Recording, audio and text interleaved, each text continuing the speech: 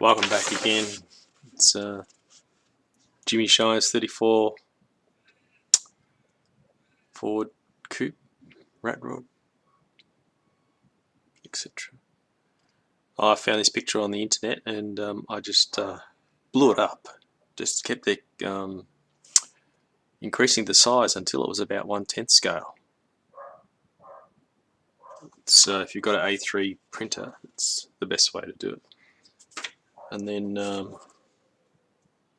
as you can see here, there's the body off one drawing that I found, and then there's the chassis off another drawing I found. And I use this for a guide, and as you can see, the original front end was just at this point here, and we've pushed it forward to match up with our picture, like so, thereabouts. And you can see the chassis, it's basically thereabouts.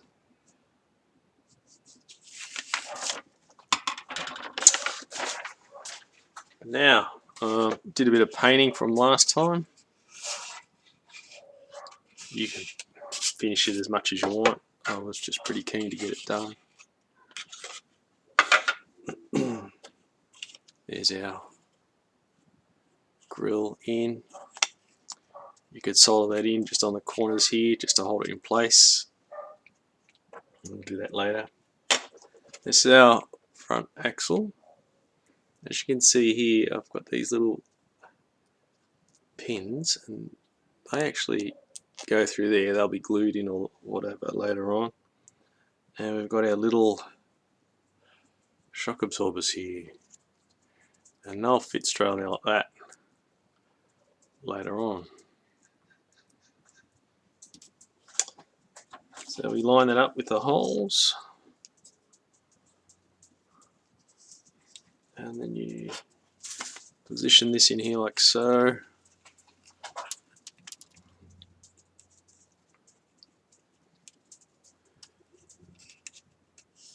It's pretty neat.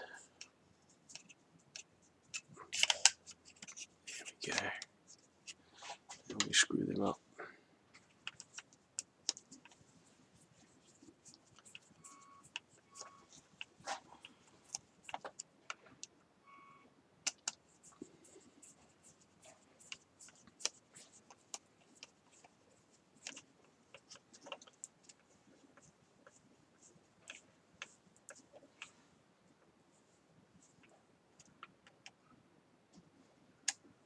This holds the front spring axle to the chassis, and it also holds the front grille assembly to the chassis.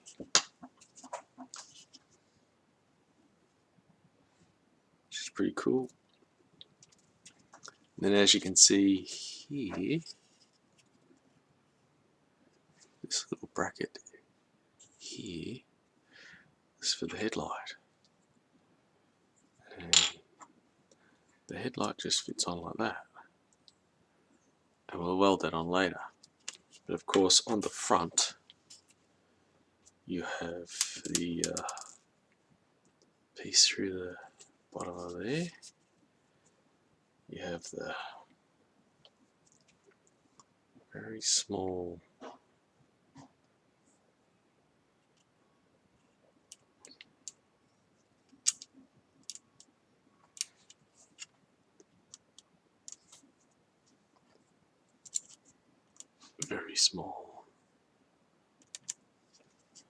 shocker, and then that goes through with the little pin.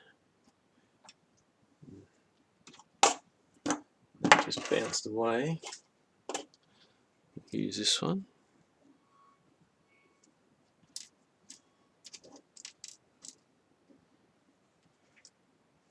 Actually, I might just off. And put that one on. Never done the shockers before on the models, and I thought this is a really good part to do. goes through there.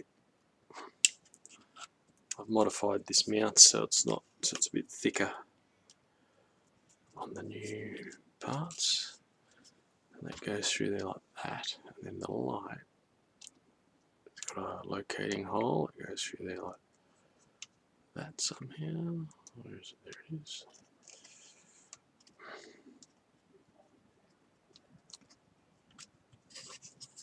What's going on here?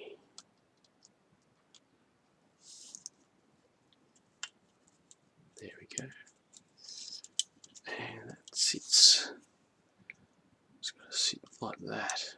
Locates just like so here.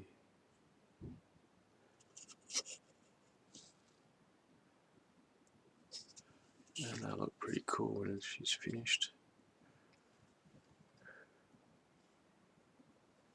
Oh, like that. And I've also got a little hole in here, just in there, for the wires, so we can put a light bulb in there, a little LED later on, which is pretty cool. I'll fix that up later. That's probably going to hold in there for a while. So now all we're going to do is put the cab on. We've got some holes here. I've got a series of holes at the back, and there's a couple of holes here. Some I don't use, but these two we use. I drilled these other holes out in here, these two, so we can put a bigger screw in there, and that just goes on like so. You line that up, and you get the screw and screw it in. These are like a little wood screw. I want to get some with a round head, so it's really cool. This is just what I got from last time, and we'll screw them up.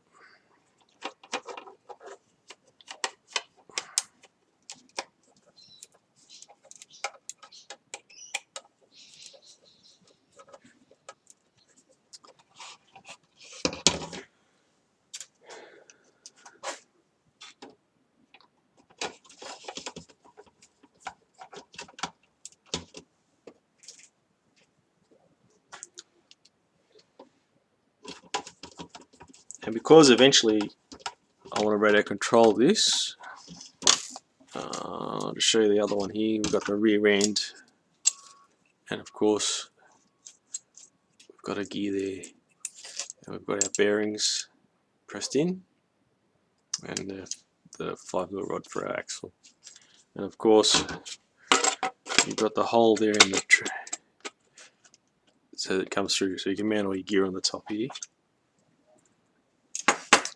So we've just finished pressing them ones in here. So they're ready to go when we get around to doing that. They're just a press fit. I needed to file them out just a little bit.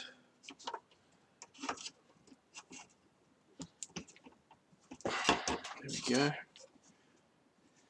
Beautiful. Now put the tray on. And once again, I'll get some other little round head screws, but for now, these ones will do.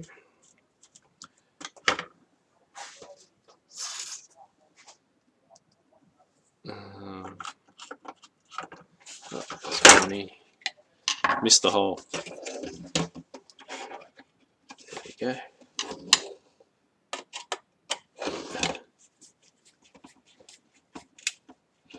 This one played up a bit on the printer, so, but I fixed that. I had a bit of warping, so now the back wall here on the tray is separate. We can just use a bit of plastic. I've left that out. I think that was the main cause of warping. Remember, I don't have a heated plate, so if you've got a heated plate, you probably have no problems.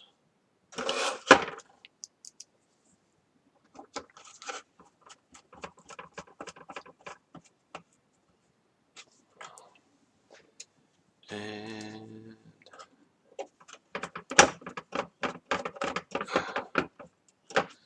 you might have a go at putting the tailgate on. I haven't looked at that yet, but I think we're just going to use our little brass nails wherever they have gone to. I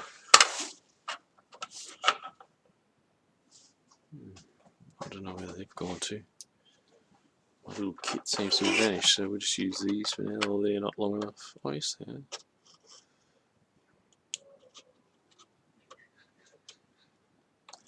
They're not going to go through, are they? No. Anyway, we'll sort that out, and I'll just show you the motor while we're here. We're doing a little thing here with the motor. I got the front of the motor here, and it's got a hole for the actuator for the steering. It will be mounted from the inside.